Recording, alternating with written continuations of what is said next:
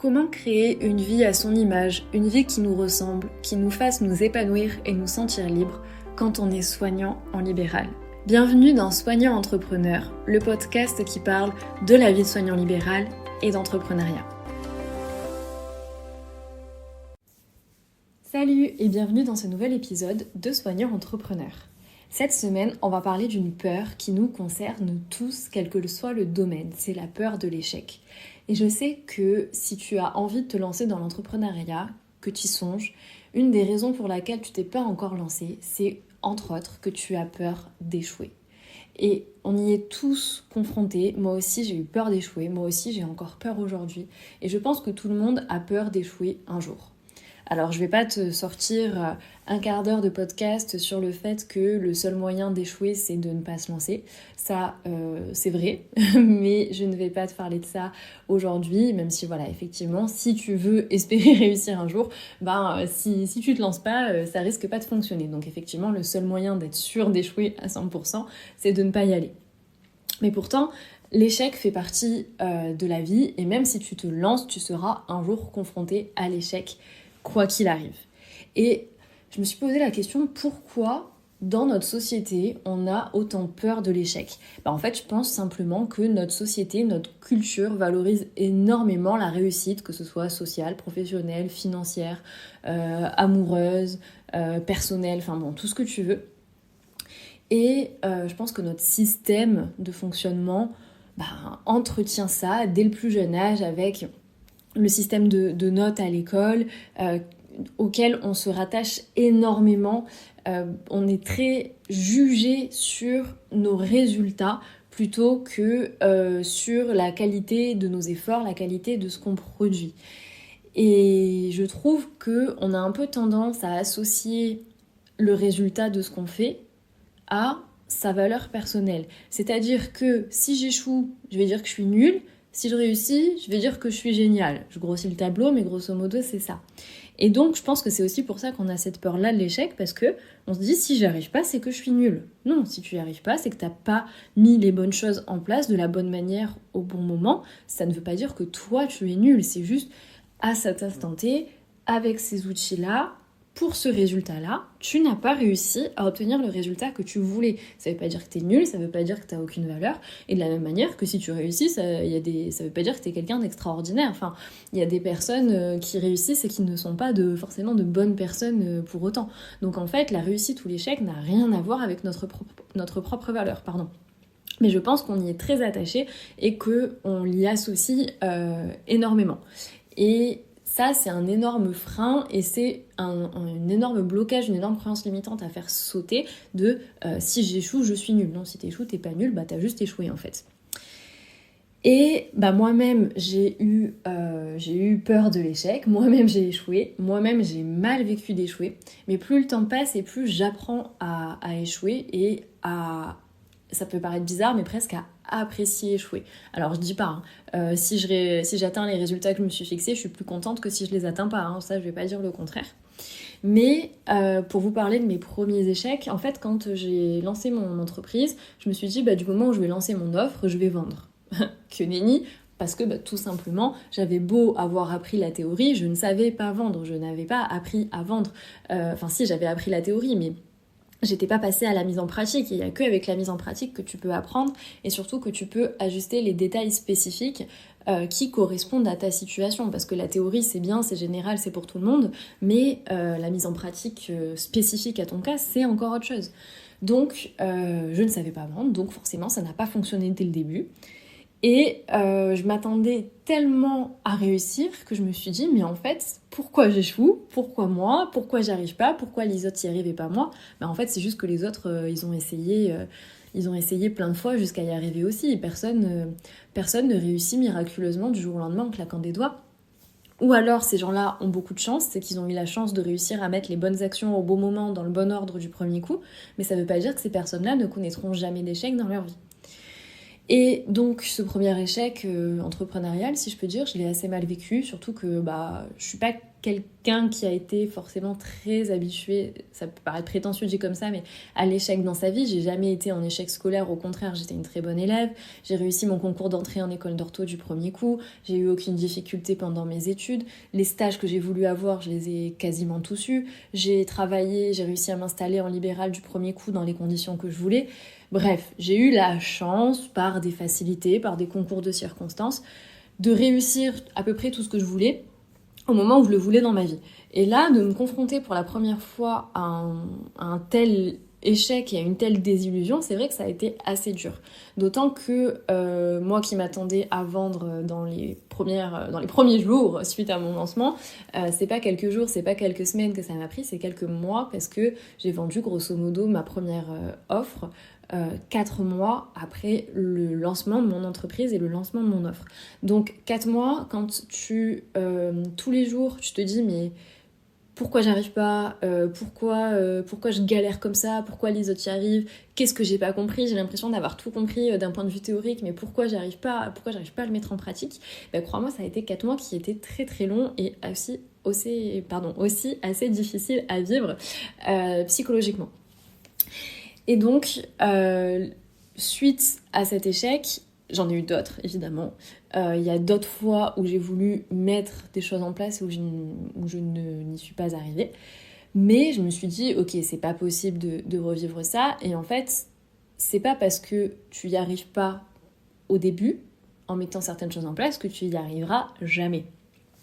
Donc, j'ai appris maintenant à gérer l'échec, à en faire un ami et à comprendre ce que je pouvais en tirer, parce que j'ai surtout compris que l'échec ferait toujours partie de ma vie à un moment ou à un autre. Et tant qu'à faire, autant bien le vivre et surtout en tirer les leçons nécessaires. Parce que si t'échoues jamais, t'apprends jamais à te remettre en question. T'apprends jamais à te corriger parce que t'as pas besoin de le faire, tout fonctionne. Donc en fait, l'échec, c'est une opportunité d'apprendre. Et quand tu regardes les personnes qui semblent avoir le plus de réussite dans le monde, dans l'entrepreneuriat, dans leur vie personnelle, ce que tu veux, ça veut pas dire que ça a toujours été parfait. Ça veut dire qu'ils ont appris de leurs erreurs, ils ont appris de leurs échecs, ils ont réussi à rebondir et ils ont échoué jusqu'à réussir. Ils ont échoué jusqu'à ce que ça fonctionne. Et ça, c'est vrai qu'on le montre pas forcément publiquement. Il y a très peu de monde qui montre ses échecs. Et puis, ce que les gens retiennent au final, c'est pas les échecs, c'est la réussite. Et c'est ce qui compte si ça t'apporte le résultat final que tu veux. Mais l'échec fera toujours partie de ta vie. Et donc, quand t'échoues, le but, c'est pas de te dire « je suis nulle, j'y arriverai jamais », alors que t'as essayé une fois, tu peux réussir au bout de la 25e fois à faire ce que tu veux. Hein. C'est un bébé qui apprend à marcher, il se lève, il tombe, il se lève, il tombe, il se lève, il tombe, et puis un jour, il finit par réussir à marcher. Et donc, c'est en échouant que tu vas pouvoir comprendre qu'est-ce qui n'a pas fonctionné, pourquoi, qu'est-ce que je peux essayer autrement pour que ça fonctionne, le tester, voir si ça fonctionne et ajuster encore et encore aux besoins jusqu'à ce que ça fonctionne. Et au final, c'est une espèce d'essai-erreur qui est nécessaire à l'apprentissage et à la progression.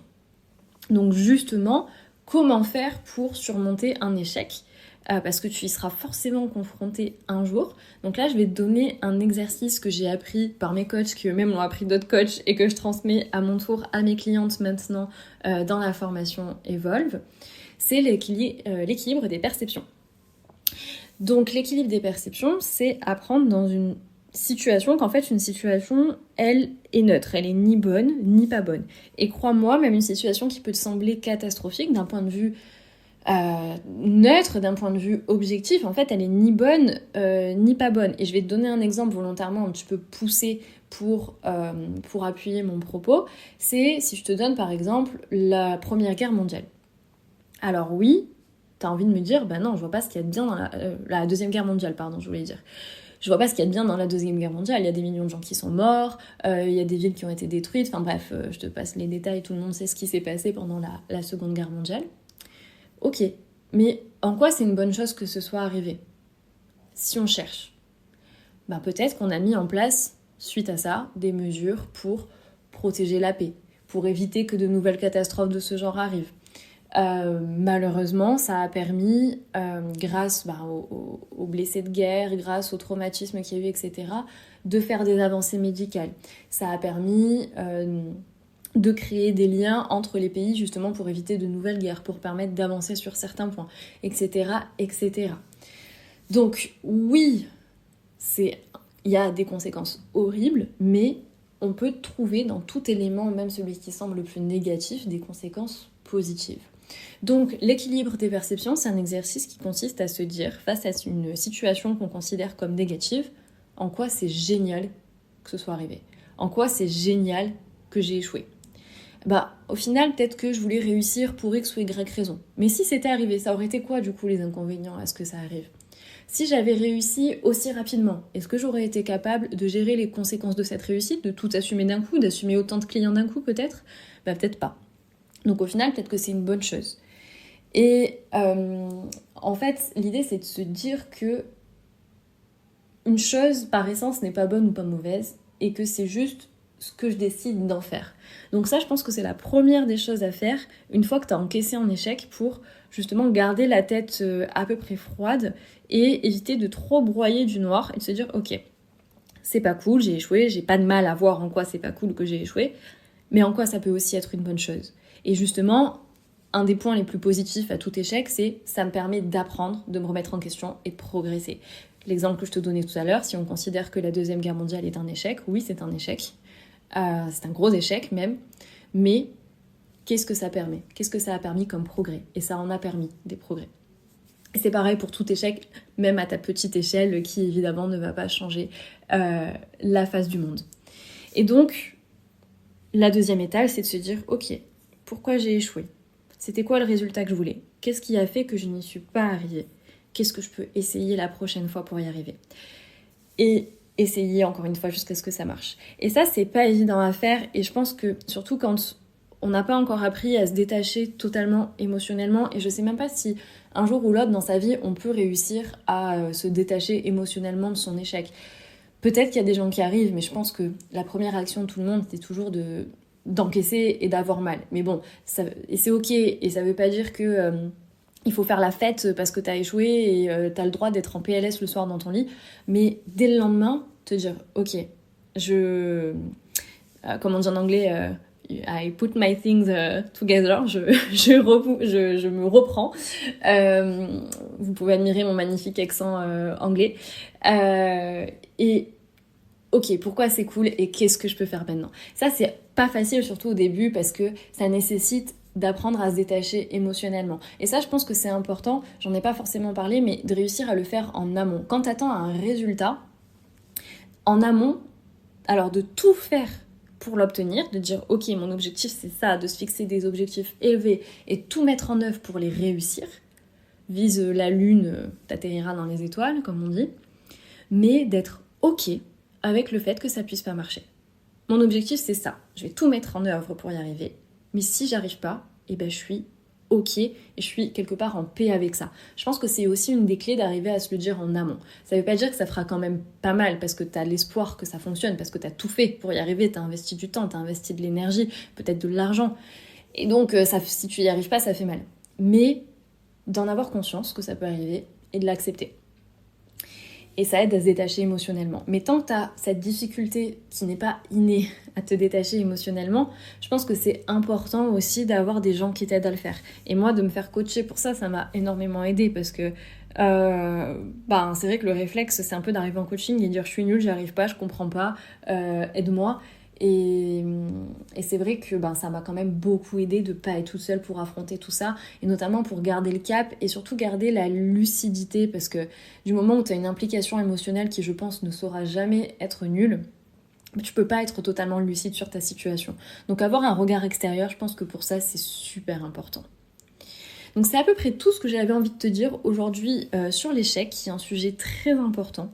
Et si tu es une personne qui a envie de te lancer, si tu es soignant, que tu as envie de te lancer par exemple dans l'entrepreneuriat, si tu écoutes ce podcast, c'est sûrement que le sujet t'intéresse et que tu as peur d'échouer, ce que j'ai envie de te dire c'est ouais, tu vas échouer. Mais je te promets qu'un jour ou l'autre tu vas échouer. Si c'est pas dès le début, un jour ou l'autre, tu vas mettre un truc en place et ça va échouer. Mais ça, je peux te l'affirmer avec certitude. Et c'est ok, parce que est-ce que tu as vraiment envie de rester dans ta zone de confort actuelle, de ne jamais prendre le risque d'en sortir et de garder la vie que tu as aujourd'hui? Si c'est le cas, mais parfait, génial, continue comme ça.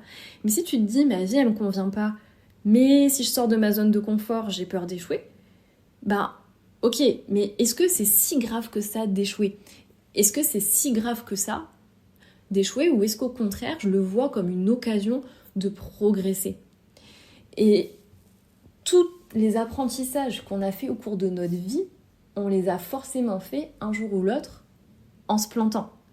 Et au contraire, les erreurs sont encore plus formatrices que les réussites, parce que quand tu as fait une erreur, en général, tu évites de la refaire, tu évites de la faire une deuxième fois. Et c'est vrai qu'on valorise encore une fois beaucoup la réussite professionnelle, etc., qu'on a un peu honte de dire qu'on a échoué, mais il y a une image qui me vient et que j'ai envie de te donner, parce que peut-être que c'est quelque chose qui est un peu plus facile à accepter et à visualiser. Si tu fais du sport, par exemple, moi je fais du crossfit et je sais qu'il y a beaucoup de monde dans les personnes qui m'écoutent qui en font aussi, ou qui font de la muscu, ou du moins un sport, on va dire, où tu soulèves à un moment donné une barre. Bon, si tu n'arrives pas à soulever ta barre de 70 kg aujourd'hui, est-ce que tu te dis, je suis nulle, le sport c'est pas fait pour moi, j'y arriverai jamais? Non, en fait tu te dis juste, je n'arrive pas à soulever ce poids, je vais prendre un peu plus léger, ou je réessayerai la prochaine fois. Et tu réessayes, et puis tu prends un peu plus léger, et puis t'apprends la technique, et tu renforces tes muscles. Et un jour cette barre à 70 kg, t'arrives à la soulever. Ou pas d'ailleurs, mais est-ce que c'est ta finalité, ça j'en sais rien. Mais c'est pour te donner une image un peu plus concrète, un peu plus parlante. Donc j'espère que ce podcast t'a plu, et j'ai envie de te dire que l'échec c'est cool, et que dans tous les cas il fera partie de ta vie, donc autant en faire ton ami et l'accepter dès maintenant. Si ce podcast t'a plu, je t'invite à le noter avec 5 étoiles, à t'abonner à la chaîne de podcast et pourquoi pas à me laisser un petit commentaire. Et si jamais tu es sur le point de te lancer dans ton parcours entrepreneurial et que tu as envie, pourquoi pas, d'être accompagné pour le faire et pour être accompagné au cours de tes futurs échecs, je te mets dans la description de la vidéo le lien de mon agenda. Je propose des appels qui sont totalement gratuits pour faire le bilan avec toi, voir ta situation, voir quels sont tes objectifs dans les prochains mois, les étapes que tu vas devoir franchir. Et si ton profil correspond à celui que j'accompagne, à l'issue de l'appel, on pourra pourquoi pas décider de travailler ensemble et que je t'accompagne pour affronter tes échecs et te guider vers tes futures victoires et réussites. Je te remercie d'avoir écouté ce podcast jusqu'au bout, je te souhaite une excellente semaine et je te dis à très bientôt.